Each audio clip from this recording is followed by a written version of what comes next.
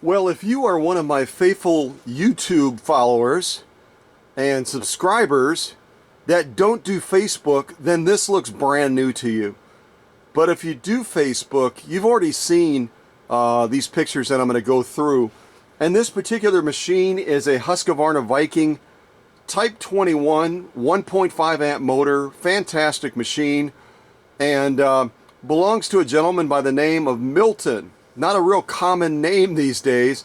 Milton is a local gentleman that found me and ended up bringing this machine to me, which had a number of needs, not just in the realm of mechanical and electrical, but also some unique needs as well. And you'll see that shortly as we go through these pictures.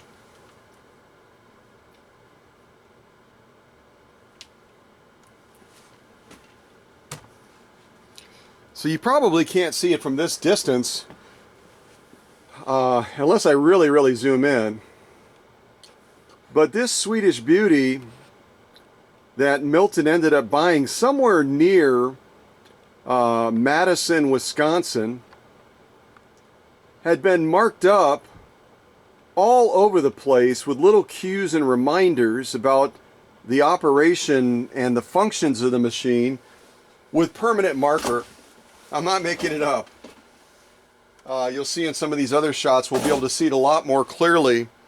There's permanent marker writing all over this machine, including by our upper tension here, where you can see the person had written thread between the two innermost discs. Well, if that upper tension has been cleaned and restored properly, it doesn't matter on the Husqvarna Viking whether you do it for putting the thread between the two innermost discs or the ones in the front. So I'm not sure why they had that message, because now that I've gotten done with the machine, either set of those discs within the upper tension are going to work just fine. There you can see a big old sticker that someone that runs a sewing place down near Madison decided to stick and plaster right on the front of this Swedish Beauty. I gotta push this chair in or I'm gonna keep kicking it the whole premiere. So just kind of a side shot. Still you can't see real clearly, sort of here. You can see here they marked it with whoa, where'd I go? They marked it with forward, reverse, or actually they put backward. They abbreviated backward, and they also even wrote on the chrome by the stitch length controller. And then they wrote over here on, off as far as the feed dogs. They wrote over here a variety of things by the stitch width. Everywhere they could write, they decided to write on this Swedish Beauty. And Milton and I shared the same goal, and that was, we don't want writing all over the machine. It doesn't work. So here you can see zigzag width, they wrote next to the stitch width controller on the left there. Again, on off as far as the feed dogs. And I think that's about all you can see in this particular shot. Excuse me.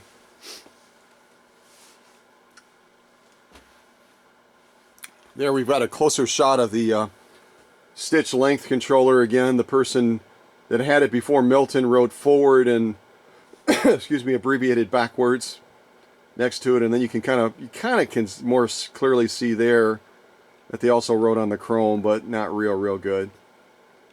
Yeah, you've already seen that. But permanent marker and any painted surface, they just don't get along well together. And here you can see they wrote on the arm of the machine, just to the right of the throat plate, another reminder here. It looks like forward. Excuse me. Assuming that they were reminding themselves when you feed material that it's going to feed to the rear of the machine. That's all I can figure out from that.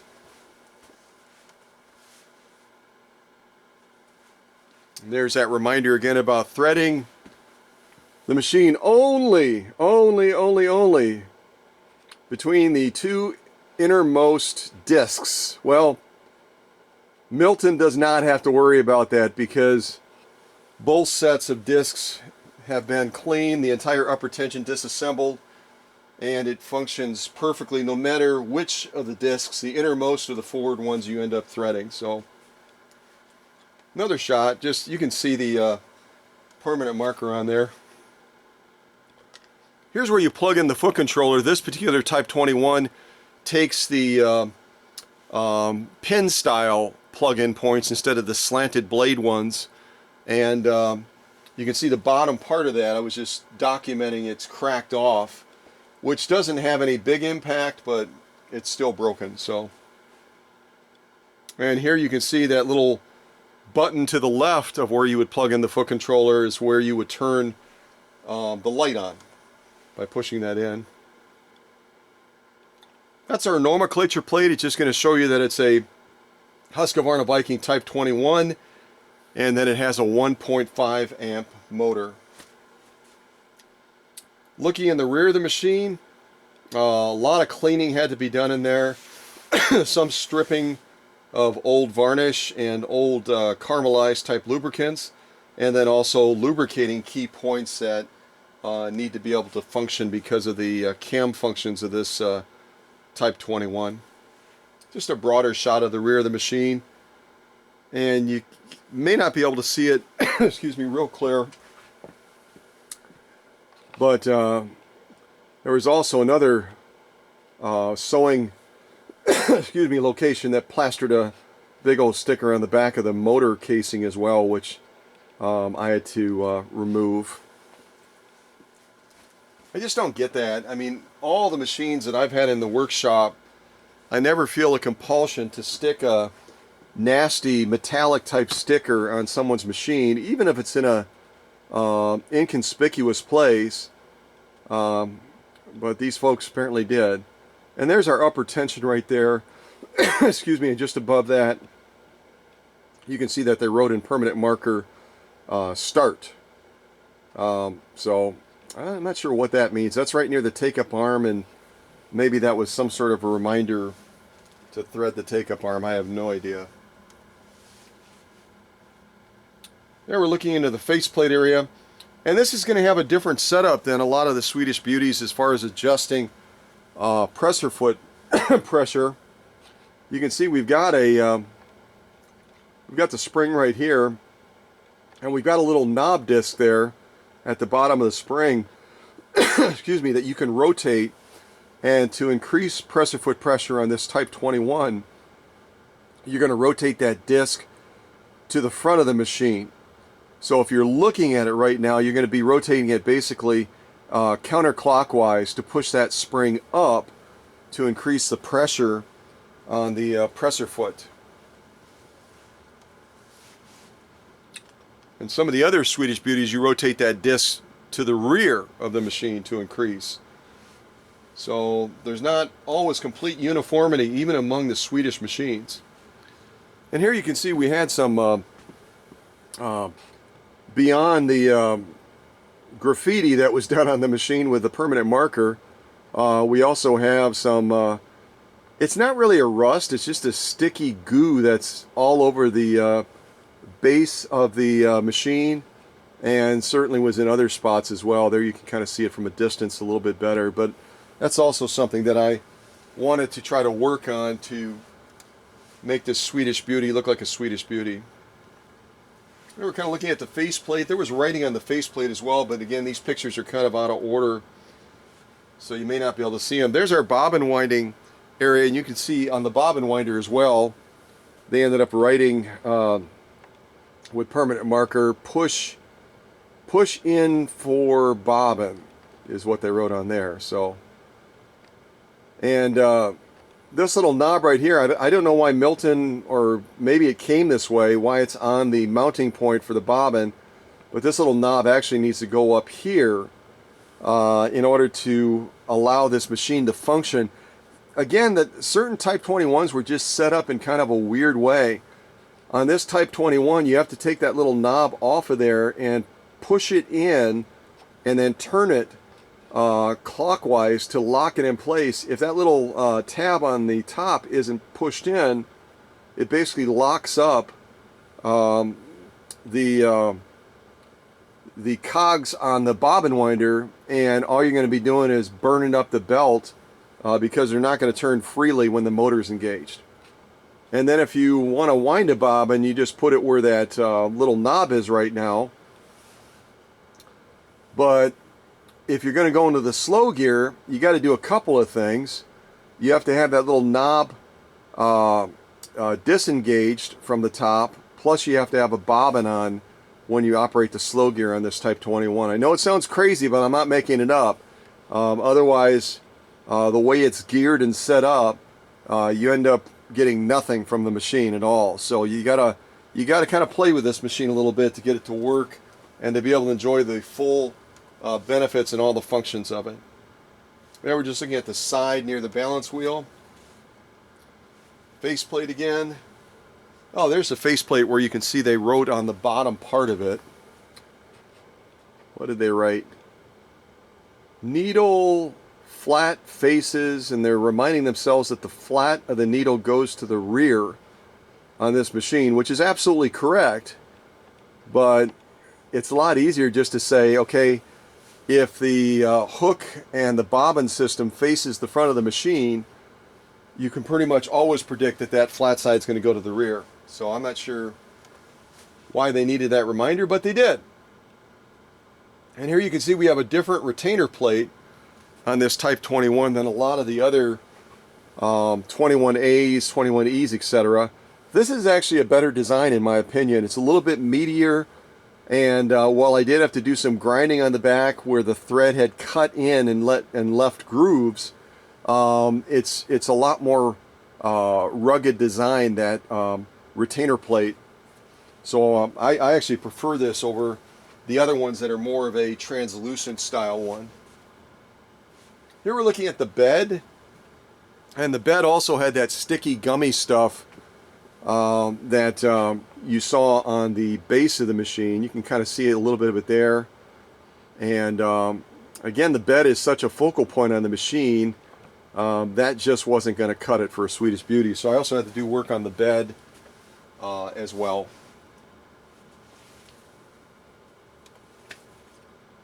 And there's just a frontal shot of it.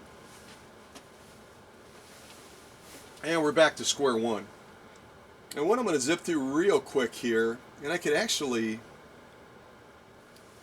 probably do it after we reveal the machine, but it's kind of out of order, I guess. There we go. We'll just zip through these real quick. This is where I'm actually using my special potions in order to remove the marks on the machine, the permanent marker. And also what made it a little bit more challenging is the permanent marker had a light coat of veneer over the top of it. Excuse me, a clear coat of lacquer, not veneer, over the top of it, so that made it even more challenging to remove it without damaging the surface of the Swedish Beauty. So here I'm just showing one of my little bottles. I've got 3 different solutions that I use in the process, and this is one of them. So you can see I removed the upper tension, and some of the writing that was on the front of there is already beginning to come off. You can kind of see it faded there. See it faded right near the top? There, I'm just continuing to work the process, which is, there's a real specific step process that I have in order to do this so that the surface doesn't get damaged, along with the special potions or solutions that I use as well. Here it's kind of out of order again, and here I'm removing the upper tension, and there you can see the writing is still in that photo, very, very glaringly looking at us. And I do use my magnifiers because, again, when it comes to paint work, it's just like working on chrome pieces. You have to be very cognizant of how many layers you're removing and how quickly you're removing them, so that you don't damage the clear coat and end up having to create a lot more work for yourself. There, I'm just continuing to work. That's near the throat plate area where we had more permanent ink written on there. There we're starting to make an impact, and I'll just kind of go through these quickly. Again, these are up on Facebook. If you do Facebook, you've already seen them. If you don't do Facebook, then you're seeing them for the first time. Just continuing to work using my various solutions to get that permanent marker to come off. Here and these are going to be out of order, as usual. But here was just a real obnoxious sticker that a sewing center down near Madison, Wisconsin stuck on the front of this Swedish Beauty. And I just thought, why in God's green earth would somebody do that? Unless they hate Husqvarna Vikings. Here you can see I'm continuing to try to break this down. It's not just a matter of getting the sticker off, but then you've got layer after layer of almost like an epoxy that the sticker had on the back of it that has worked its way into the paint. And so you just have to take it down layer by layer by layer. Doesn't it look better? We really started to make an impact now, and the machine is starting to look like a Swedish Beauty again, instead of like something that went to a big city and was graffitied up like a railroad car by some local gang. And here you can kind of see our starting point. Again, these are out of order as usual. Our starting point where we had a lot of permanent marker, again, that was covered with kind of a clear lacquer that we had to get off of the machine without damaging the paint. There we're looking at the side, and it looks like we've already gotten that writing off near the bobbin winder. And there also were some scratches along here as well that I had to kind of try to blend in a little bit so that the side of the machine near the balance wheel just looked a little bit better. This is actually the thread guide that feeds for winding a bobbin, and it was all rusted up, so I just had to kind of take it apart. There's a little spring inside of there if you ever decide to disassemble one, so just be aware of that. And again, when you're winding a bobbin, that's a critical thread guide, so, and a tensioner, so it really has to be spick and span. Here we're working on that little graffiti on the side of where the bobbin winder is, and it's just continuing the process.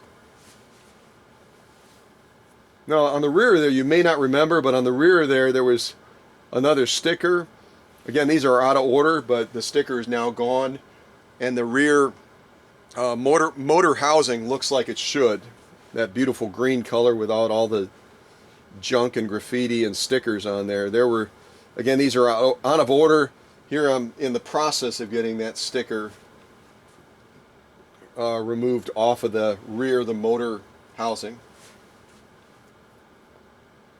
There's the sticker in all its glory. I'm never, ever, ever going to put a sticker on one of your machines if you bring it to the workshop or ship it to the workshop. I always include one of my business cards, though, and I figure that that's enough if somebody needs to contact me. There I've tried to bring some impact to that bed area, the base area, excuse me, down around here. Remember where all that gunky stuff was? And there we're starting to see a nice, smooth, beautiful surface again. I mean, it's a Swedish Beauty, for goodness sakes. It's got to be beautiful and sexy. And there we're just continuing to plug along on it. Remember at the bottom of here we had that permanent ink, and that's now been removed, and the paint is still, with the clear coat, is intact and gorgeous, as if it never happened. And again, these are out of order. That's kind of still plugging away at some of the writing on the machine.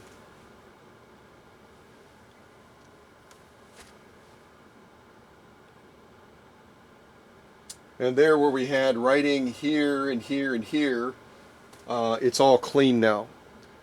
And again, not just getting it off, but getting it off without impacting the beauty and the luster of that paint surface.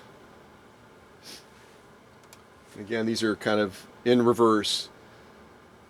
And there's a Swedish Beauty minus the upper tension that is now graffiti free. It doesn't have any of that permanent marker on there any longer. The stickers, one of which was plastered right on the front of it, the other one on the rear of the motor housing, all of that's gone. So it's now, if I may be so bold, it's now a virgin Swedish Beauty without any of that adornment, nasty adornment stuff that someone had done to this poor machine. And I think we're almost full circle. There's my 3 little bottles of potion for getting the job done.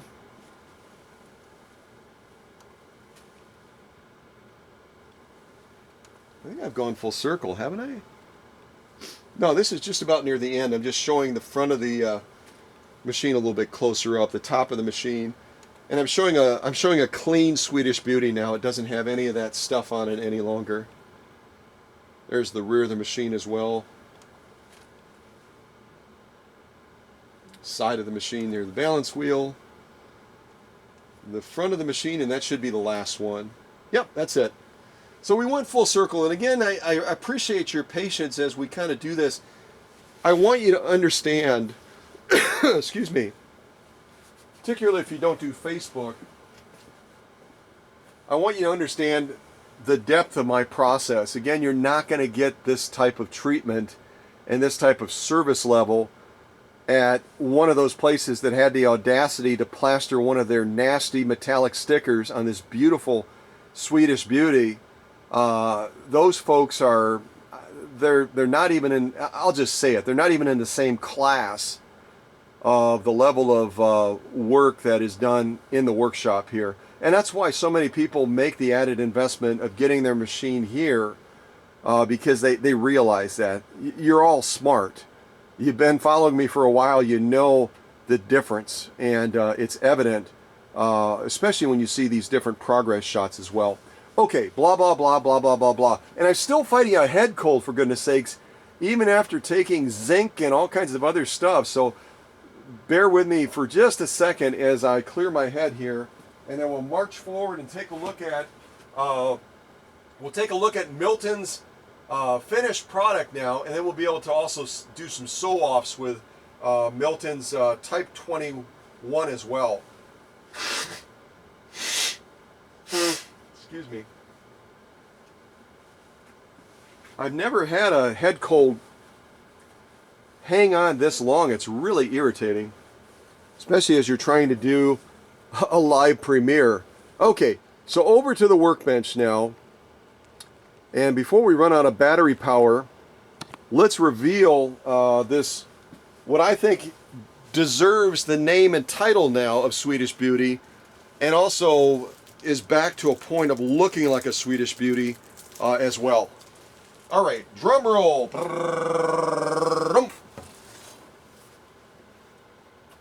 And yes, that is the same machine that had that permanent marker writing all over it, and also excuse me, those nasty stickers. Even the bed, you can see the difference in the bed as we kind of zoom in.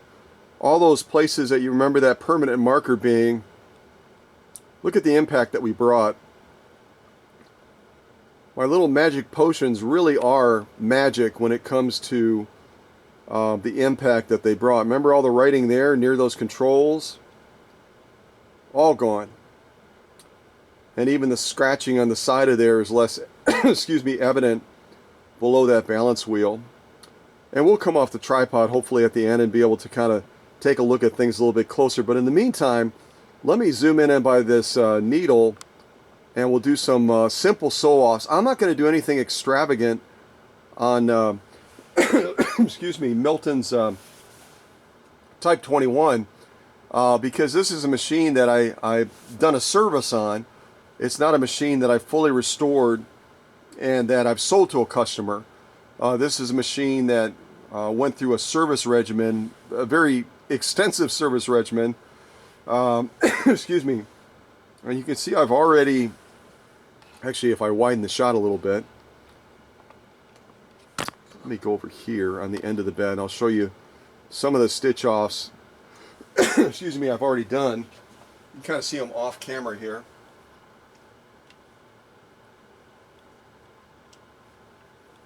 And this Type 21 does, like the other green machines, does have the capacity to sew with cams. And I'll show you these cams like this. Whoops, I've actually waxed this bed now, so I just barely bumped that material and it like slid off. Excuse me. So Milton has 3 cams, one of which is in the rear of the machine right now. And I have to confess, I don't remember which cam it is. Isn't that horrible? But I can certainly try to check in the back. But at any rate, let's launch into this, and I'll kind of zoom in on these sew-offs that I already did off camera. So here's some of the on the far left there, some of the cam generated stitches. I also laid down some different zigzag styles as well, and then laid down both there's a real good shot of that cam, isn't it? Laid down a fairly standard straight stitch and then a real small straight stitch. I would say close to 20 stitches per inch, and you can just barely see those, but I think you've seen enough straight stitches. And then I've got some leather here as well, where I laid down some decorative excuse me, stitches. And just wanted to show again, even going through leather like this, when the machine is properly serviced and optimized, you can lay down some very complicated stitch patterns that have a lot of needle swing and have a very successful outcome even through leather of that thickness. We're probably talking close to 6 ounces of leather is what we're looking at right there in front of us. Okay, so let me go over here and we'll actually see if we can do some actual sewing on camera during this live premiere. I'll get these out of the way and we will put this Swedish Beauty to work, because she's not just good looking now again, she's also ready to show her stuff. And we might as well start with US Army grade canvas. We aren't going to do anything extravagant. We'll probably do a straight stitch and some sort of a zigzag going down.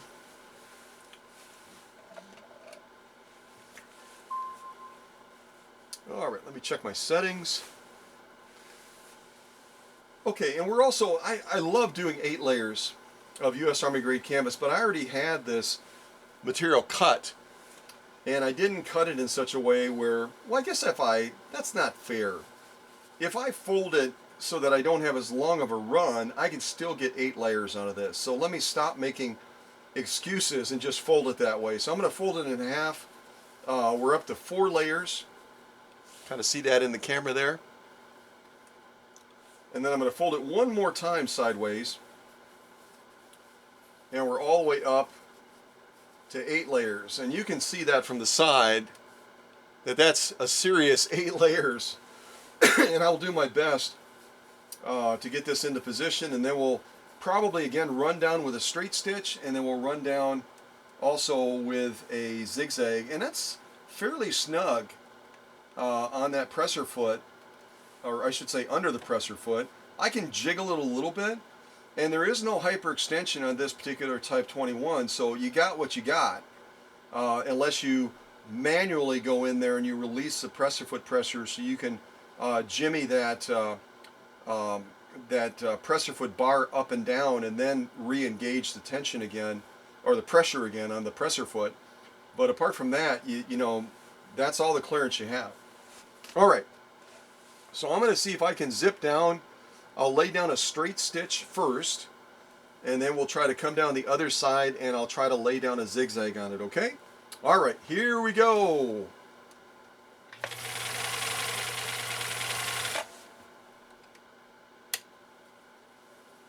No, well, you saw it, you heard it, because I don't have any music playing.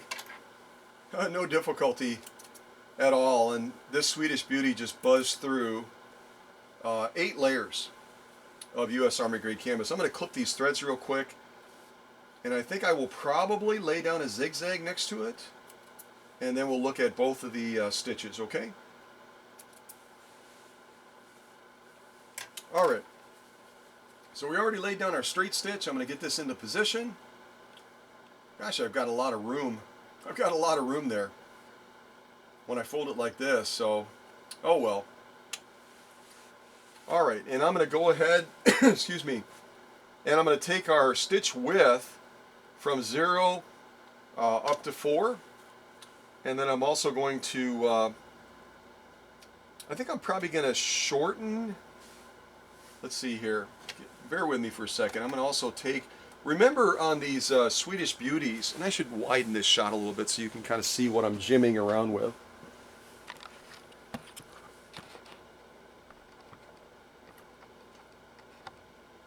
Okay, so what I was jimming around with, and I'll just leave it like this, and then we'll zoom in at the end. When we just did our first run with a straight stitch, this was obviously on 0, our stitch width. Excuse me. So I'm going to take it all the way up to 4, and then also our stitch length, which is up here, I'm going to reduce that just slightly from 4 down to yeah, I would say it's probably pretty close to 3. It's maybe kind of almost 2.5. And then we'll try to lay down, I'm actually going to shorten it a little bit more. Then we'll lay down a zigzag next to this straight stitch, and we'll take a look at those stitches. Alright, so I'm going to make sure my take-up arm is all the way up. And here we go with a zigzag through 8 layers of U.S. Army grade canvas. Here we go.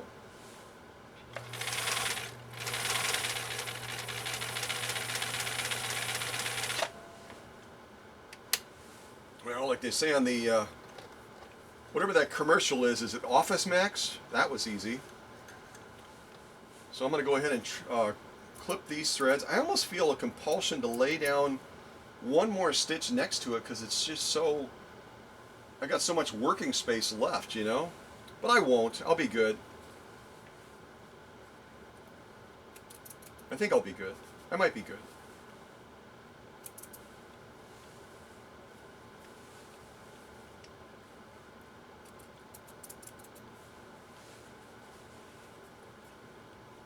No, I'm going to be bad. No, I'll be good. Excuse me. I better stop joking around or I'm going to get myself coughing and I won't be able to stop. Yeah, that would be correct. I was trying to figure out which was our top stitch, but that it's right there. So I'm going to bring my lights in a little bit, and we'll take a look at these stitches up close real quick. We'll look at the top row, which is a straight stitch we did first, and then we'll look at that zigzag on the bottom so you can see the quality of the stitching.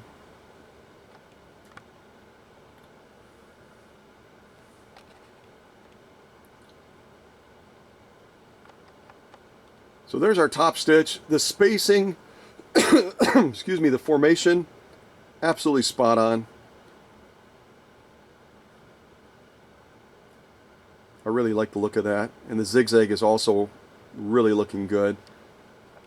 I might, excuse me, I might just slightly increase that bobbin tension a little bit to define that top stitch even more, or I could also do what? I could also reduce that upper tension just slightly and then allow that bobbin case to pull that thread down a little bit tighter, and that would tighten up our top stitch. But that is a good looking stitch, it really is. I'm going to turn it around. Again, look at the side. It's just absolutely nuts. And now we'll look at our lock stitch and we'll look at our zigzag next to it. Yeah, you can see our zigzag is really popping, and that's just an evidence that that upper tension is pulling on that a little bit harder than it probably needs to. Plus our zigzag is absolutely spot on. But those stitches all the way across, the spacing, the formation, exactly what we want to be seeing. What I don't want to be seeing right now is a battery that's all the way down to 1 bar. I did not charge this prior to the premiere, and that was probably a mistake. So I'm going to try to march forward real quick because I do want to see if I have time to lay down some stitching on camera during the premiere on this genuine cowhide to show the different cam functions. And I'll kind of come out on my shot so we can see again how you have to reset between the different cam settings so that it doesn't lock up on you. All right, let me turn this around. Boy, I hope our camera doesn't run out. I mean, it might. It might. Okay, so I'm going to get this leather into position first. I've got way too much leather, but that's okay. All right, so our pressure foot is down now. And what I'm going to do first is I'm going to reset going to 0. I'm already on 5, and again, with these black cams, in position 5 is always going to be a zigzag. So that's what we're going to lay down first, is a zigzag on this genuine cowhide. This is probably about 3 to 4 ounces of genuine cowhide. So I've got to take my stitch width back to 4. I could do otherwise. I could go down to 3 if I wanted to do that. And then I'm going to take my, actually I'll leave my stitch length where it is. It's right around 2.5. That's fine. And we'll lay down a zigzag, and then we'll see if we have time before the battery runs out to do the other stitches that are on this cam that's in the machine as well. All right, here we go. Whoops, I got to bring my take-up arm all the way up.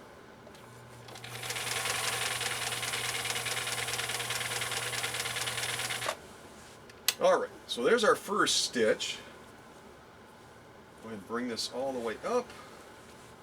And I'm going to do less talking and more moving because I'm concerned that that battery is going to croak. And if it does, it does. I mean, it is what it is. You can't change an outcome when you're in the middle of a live premiere. I'll clip that. All right, so what I'm going to do next is I'll get the leather back in place again. Get our presser foot down.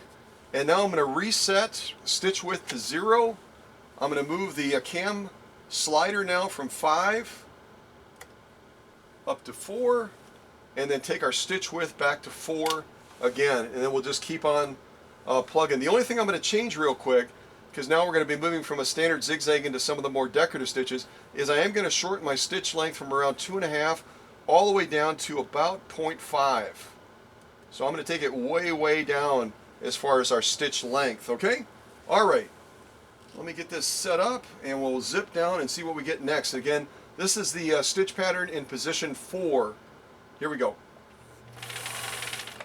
Whoops. I think I shortened it a little bit too much. There we go. I brought it back a little bit. I had it almost down to 0.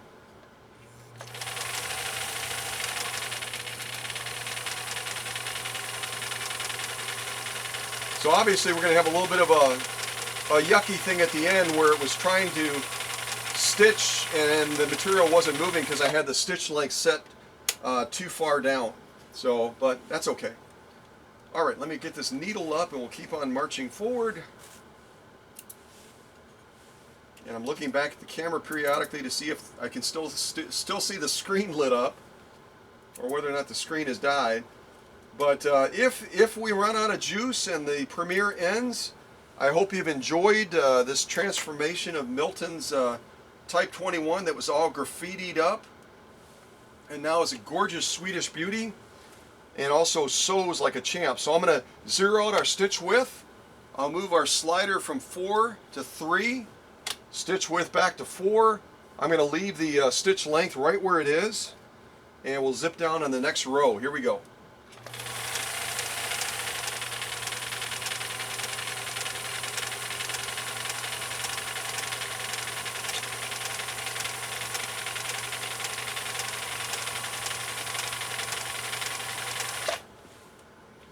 Doesn't that run beautifully? So that's our next one. And I would describe this one as kind of a triple point stitch almost. I think it's a gorgeous stitch. I'm hoping I have time to zoom in and show it to you before the camera runs out of juice. I hope I do, I hope I do, I hope I do. Alright, let's get this leather back into position again. Drop that presser foot, zero out our stitch width to 0. We'll move that slider to the next position, to position 2, back to 4. Here we go.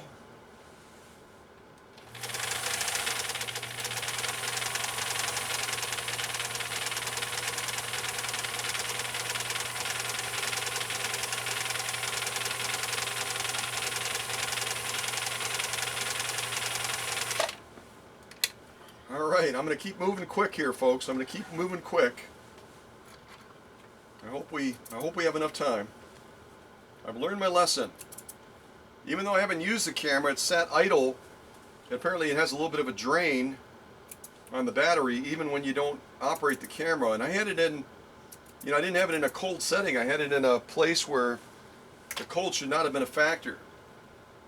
Alright, let's see when we get to that next decorative stitch. So I've got to zero out my stitch width, take it to position 1, back to 4, and here we go, our final stitch off on the cam that's in Milton's machine. Here we go.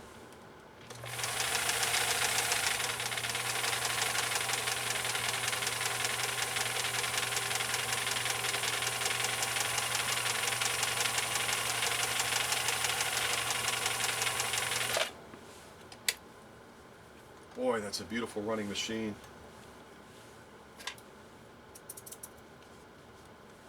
Alright, clip, clip, thread back in position, clip, come on. My hands are a little bit dry, so it's kind of slipping on the leather.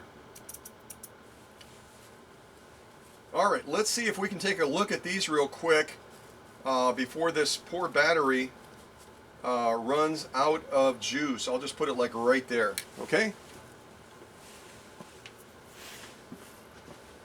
So these are the decorative stitches that we just laid down. You just saw them done live on the Premiere. We'll start all the way over here, kind of where we started. We've got that zigzag, which is absolutely spectacular. Then we have kind of that scallop style one that we did next. Beautiful stitching. Then we did that 3-point stitch, which is absolutely gorgeous. Then we have almost like what looks like a sailboat, doesn't it? It's kind of a sailboat design there with that stitch pattern. And then we have the final stitch pattern that we did in position 1 on this cam. But those are all gorgeous.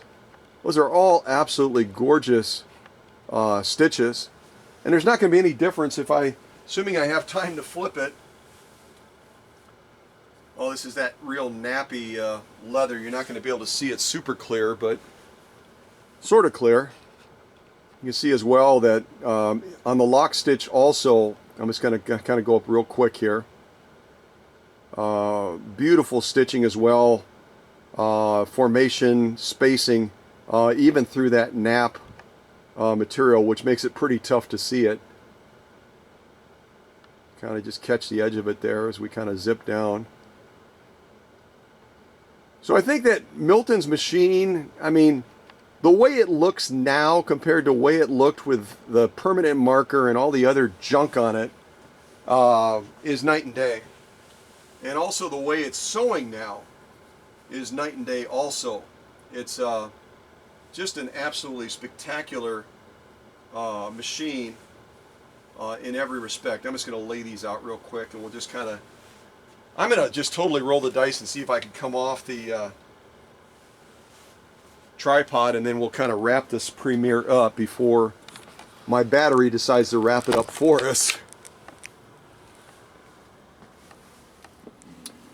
And yes, Milton does have the traditional speed style foot controller down there. You can see it. And yes, you're not just imagining it, it's very shiny because I spent a lot of time cleaning that up as well, just to really make sure that it was really good quality inside and out. So here again, remember where all that permanent marker was. And we're going to get up really up and close and personal on Milton's machine. Doesn't that look gorgeous? All the way across.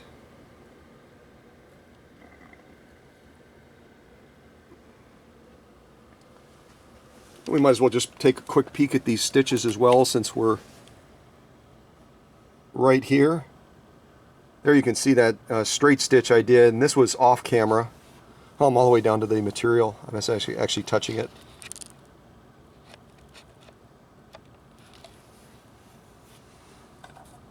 And then I did a real short straight stitch as well. But those are all gorgeous stitches. Again, I'm really just paranoid about the camera getting ready to quit any second now. So, and I had done these off camera as well, just to show you again that real thick. It's almost a saddle grade leather with all that needle swing through those stitch patterns. Look at that thickness. No problem at all for this Swedish Beauty. And then these are the ones you just saw me do on camera live during the premiere, and you can see those as well are absolutely gorgeous. The integrity of the stitch pattern, the quality of the stitch, the spacing, the formation, everything about that stitch, I'm going to zoom in a little bit further, is exactly as it should be. And I've already flipped it over to show you that lock stitch as well. So we zoom out a little bit and we'll just take a quick look at the back of Milton's machine also. You can see the impact that we had. That is what a Swedish Beauty is supposed to look like. I'm kind of leaning against my lamp. That horrible creaking sound you heard. And again, if I move these sew-offs, we can kind of look at the bed isn't perfect, but it sure is a heck of a lot better than when I got the machine. And remember, we also had permanent marker in here as well, just to the right of the throat plate. So we've got a gorgeous Swedish Beauty again, as it should be. And I'm really proud of this project and how things turned out, and just the impact that we're able to bring to a machine that was in a real rough state.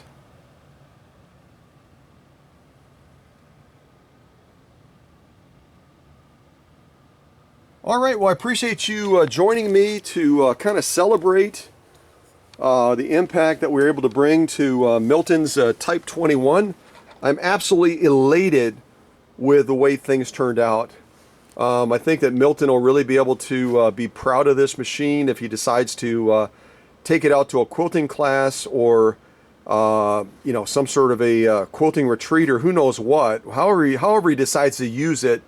It's a machine now that isn't going to draw attention from people because they're like, why does that thing look like a train car that went through no knock to Chicago or New York or any of the other big cities? But you've all seen the train cars that have all the graffiti on them, and they're all marked up, and that's how this machine looked at the start.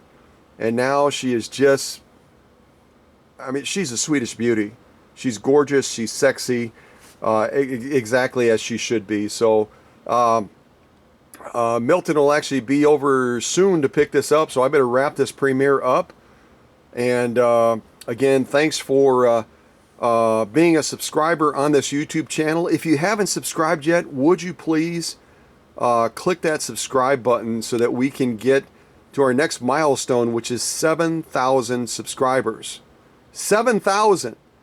And we're like at 1.5 million unique views on the channel. Now I know in YouTube land that that's not significant compared to some other channels, but we have such a niche audience when it comes to vintage sewing machines. I think that that's super significant, and I'm really proud of that achievement.